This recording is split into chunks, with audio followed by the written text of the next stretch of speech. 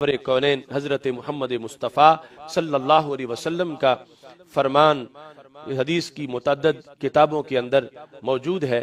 ہمارے آقا صلی اللہ علیہ وسلم سے حضرت سیدنا ابو ہریرہ رضی اللہ تعالیٰ عنہ روایت کرتے ہیں، امام مسلم نے صحیح مسلم شریف کے اندر اس حدیث شریف کو ذکر کیا۔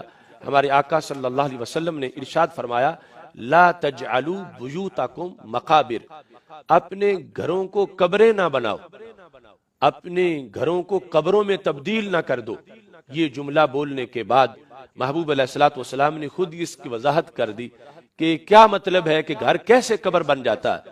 تو میرے آقا صلی اللہ علیہ وسلم فرماتے ہیں، ان الشیطان ینفر من البیت الذی تقرأ فیہ سورۃ البقرہ، فرمایا کہ جس گھر میں سورہ بقرہ کی تلاوت ہوتی ہے اس گھر سے شیطان بھاگ جاتا ہے۔ تو اگر گھر میں شیطان رہے تو پھر گھر ویران ہے، اور اگر گھر سے شیطان بھاگ جائے تو پھر رونق والا گھر ہے۔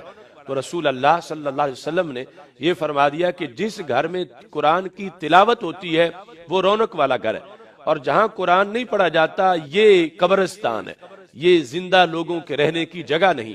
کہ زندہ لوگ تو وہ ہیں جو قرآن پڑھے، جہاں قرآن کی آواز آئے، تلاوت قرآن ہو۔ تو نبی اکرم نور مجسم شفیع معظم صلی اللہ علیہ وسلم نے یہ ارشاد فرمانے کے بعد کہ اپنے گھروں کو قبرستان نہ بناؤ، تو پھر ساتھ طریقہ بتایا کہ کیسے گھر قبرستان بننے سے بچ سکتا ہے۔ فرمایا تلاوت قرآن سے گھر جو ہے وہ قبرستان بننے سے بچ جائے گا، اس میں رونق ہوگی اور شیطان بھاگ جائے گا۔ اور ویسے بھی انسان کو سیکورٹی چاہیے، تو سیکورٹی تو سب سے بڑے دشمن سے چاہیے، تو سب سے یعنی اس کے مقابلے میں انسان سیکور ہو جائے، محفوظ ہو جائے، تو سب سے بڑا دشمن تو شیطان ہے۔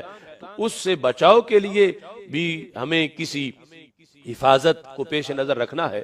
تو میرے آقا صلی اللہ علیہ وسلم نے فرمایا کہ سورہ بقرہ کے اندر یہ کمال ہے کہ جب گھر میں اس کی تلاوت ہو تو شیطان بھاگ جاتا ہے۔ تو وہ عدو مبین جو چھپ چھپ کے حملے کرتا ہے اور پتہ ہی نہیں چلتا، وہ خون میں بھی شامل ہو جاتا ہے اور بندے کو گمراہ کرتا ہے، تو انسان کے لیے کتنا ریلیف ہے کہ وہ بھاگ جائے، دفع ہو جائے، اور بندہ موج سے آرام سے اپنے گھر میں رہے۔